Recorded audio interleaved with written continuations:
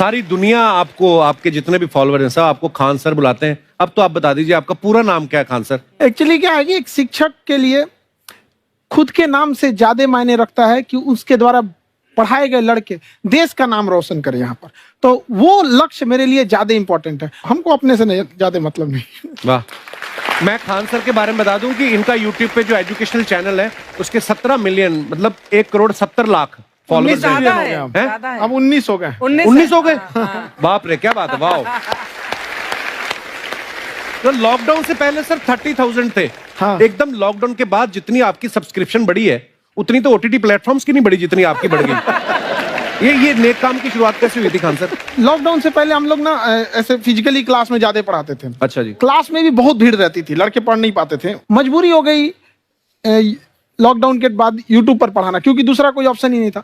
और हमको भी नहीं समझ में आया कि लोगों ने क्यों इतना ज्यादा सब्सक्राइब करते गए, क्योंकि हम तो वैसे ही पढ़ा रहे थे जैसे पहले पढ़ाते थे वहां पे। तो बस ये रहता है कि लड़कों को पढ़ाई से रिलेटेड उसको डाउट ना रह जाए कोई भी, क्योंकि जब हम लोग पढ़ते थे ना तो सबसे पीछे आते थे, हम लोग क्लास के पीछे बैठते थे। हम लोग मान लिए थे कि ये लोग बहुत अच्छे पढ़ने में, हम लोग का तो कुछ नहीं हो सकता है यहाँ पे।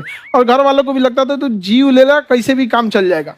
बाद में हम लोग को पता चला ना कि टीचर की गड़बड़ी थी, हमारे ऊपर ब्लेम लगा दिया। सर आइए, बहुत बहुत स्वागत है आपका। वाकई एक्चुअली अगर पढ़ाने का तरीका इतना सरल हो, आसान हो, जैसे ना सर मुझे बचपन में ना मुझे हिस्ट्री का पढ़ने का बड़ा मजा आता था। बड़ा होके पता चला कि मेरा हिस्ट्री में तो था इंटरेस्ट, पर मुझे कहानियां पढ़ना अच्छा लगता था जी। आज मुझे थोड़ा लिखने का भी शौक है, एक आध कुछ शायद फ्यूचर में चल के आप वो भी कुछ ऐसा देखें, तो मतलब मुझे शौक है लिखने का। अब जाके समझ में आया कि वो क्यों अच्छा लगता था, उसमें कहानी होती थी। तो ये नहीं हमें पढ़ाया, हमें रट्टा मरवाते थे। तो ये जो आपका ये जो तरीका है ये बहुत ही बढ़िया है। काश हमारे समय में भी ऐसा होता, यूट्यूब पे अच्छे अच्छे शिक्षक होते। हालांकि हमारे टीचर भी बहुत अच्छे थे। लेकिन इतने डिटेल में खान सर, मैंने आपके वीडियोस देखे हैं, मतलब जिस सब्जेक्ट को आप जानते भी ना हो और अगर लेक्चर देखें और सुने तो उसमें इतनी रुचि पैदा हो जाती है। बिकॉज हम सब टीचर्स के द्वारा ही पढ़ाए गए हैं और हमारे अच्छे टीचर्स भी रहे हैं, लेकिन जरूर आप में एक बहुत ही खास बात है कि आप हर सब्जेक्ट को बहुत इंटरेस्टिंग बना देते हैं। और थैंक यू। इसमें क्या है ना, टैलेंट जो है ये टीचर्स को विजुअल ट्रेनिंग कैसे देनी है, तो बताया अभी कपिल जी ने। कहानी, मैं एक छोटा प्रश्न पूछता हूँ, असैसिनेशन की स्पेलिंग किसको मालूम है यार? लोग बिलीव नहीं करेंगे लेकिन मुझे मालूम है। असैसिनेशन की स्पेलिंग होती है भाई एस माने गधा, गधे के ऊपर एक और गधा, एक और एस, उसके ऊपर आई मतलब मैं पूरा, और मेरे ऊपर पूरा देश नेशन, आई नेशन। तो ASSASSI, मैं ये जितना विजुअल कर दें पढ़ाने को, जितना आसान कर दें। वो याद नहीं होता था रेडियो किसने बनाया, बोला रेडियो चल नहीं रहा, इसको मार थप्पड़ मार, कोनी मार, कोनी मार, कोनी मार, कोनी ने बनाया, याद हो गया, मार कोनी ने बनाया। जितना विजुअल कर दो। जैसे आपने कहा कि कैसे किसी चीज को इतना अच्छा समझा देते हैं, वो आधे घंटे के क्लास के लिए पीछे 1 हफ्ते का मेहनत होता है। मैं ये भी पूछने वाली थी कि कितनी मेहनत लगती है आपको। वो डिपेंड करता है कि हम कब तक सेटिस्फाई नहीं हो जाते। अच्छा। कभी कभी तो कोई चीजें 2-2 महीने से अटकी हुई है, जब तक हम नहीं सेटिस्फाई होते, नहीं इसको ऐसे नहीं, अब लड़के समझे तब तक नहीं बताते उसे। कहते हैं ना, दुनिया ने मेरी बुलंदियां देखी, किसी ने पाँव के छाले नहीं देखे। क्या है ना कि हम लोग अपने स्टूडेंट लाइफ में इतना पीछे थे ना, कभी कभी अपने आप को से डर लगने लगता था, यार हम कहाँ आ गए, हमारा कुछ हो सकता है कि नहीं हो सकता है यहाँ पे। तो लेकिन ना कुछ सीखने का बड़ा शौक था। हाँ। तो जैसे एक फिल्म बनाने से पहले डायरेक्टर कितने महीने की प्रैक्टिस करता, 2 साल की मेहनत के बाद एक 3 घंटे की फिल्म बनाना पड़ता है। उस तरह से थोड़ा काफी मेहनत करना पड़ता है पीछे से, तब जाके समझ में आता है। और धीरे धीरे एक्सपीरियंस होने से थोड़ा समझ में आ जाता है कि क्या, कहाँ पे कौन सा चीज डाउट आएगा वहां पे। और आपसे पढ़ाई करने का ये भी फायदा है, ये पीट नहीं सकते ना यूट्यूब चैनल से, अंदर से निकल के थप्पड़ भी नहीं मार सकते। हमें तो पीटा इतना है ना, हम तो मतलब टीचर से सवाल नहीं पूछ सकते थे। अभी बचपन में पूछ भी लिया ना कि सर सूरज कितना दूर है, तुझे जाना है उधर। मतलब ये नहीं कि बच्चे के साथ दोस्ती करो, उसके साथ। आजकल माहौल बहुत बदल गया है, अब तो बच्चों की पिटाई भी नहीं होती, हमारे टाइम बड़ी पिटाई होती थी। हम भी कहते हैं, हमसे भी लड़के नहीं पूछते हैं, क्योंकि उन्हें पूछने की नौबत ही नहीं आती है। क्लियर हो जाता है ऐसे ही। वाह क्या बात है। मैंने देखा है सर आपके फॉलोअर्स में रवीना टंडन भी है एक, तो जब आप आए कितनी मुस्कुराहट आई खान साहब आपके। तो जब कभी आप कोई नया वीडियो डालते हैं तो आप उनको पर्सनली मैसेज करते हैं कि किसी चीज पे डाउट हो तो कॉल मी एनी टाइम, ऐसा कर सकते हैं आप। अच्छा, विवेक सर के बारे में हमने सुना है कि किसी को बिजनेस रिलेटेड प्रॉब्लम हो तो ये 5 सेकंड के अंदर जवाब दे देते हैं। जब भाभी जी आपको तैयार होने के बाद पूछती मैं कैसी लग रही हूँ, 5 सेकंड में जवाब दे पाते हैं आप? देखिए, इसमें तो सभी लोग पीड़ित हैं और हर जगह, हर घर में ये जरूर सुना होगा सबने कि बच्चों के चक्कर में तुम्हारे साथ रह रही है, वरना तुमको तो कब का छोड़ के चली गई होती। ये बड़ी कॉमन बात है। So right. So right. Parmeet sir बोलते हैं आपको ऐसा? आप तो कभी नहीं बोलती होंगी। इनका उल्टा है, इनका एटीट्यूड पति वाला है वैसे, तो इसलिए। क्या प्रॉब्लम है? नहीं, कोई औरतों को प्रॉब्लम मतलब मर्दों से कम बिल्कुल मत समझिए। नहीं, ठीक है, पर ऐसे मुक्के वगैरह नहीं मारने चाहिए आप। सर आपने अभी तक शादी नहीं की ना खान सर? नहीं। इतने पॉपुलर हो गए आप, आपका सेंस ऑफ ह्यूमर इतना अच्छा है, तो बड़े सारे प्रपोजल तो आते होंगे आपको। अभी तो इधर कुछ नहीं है ऐसा।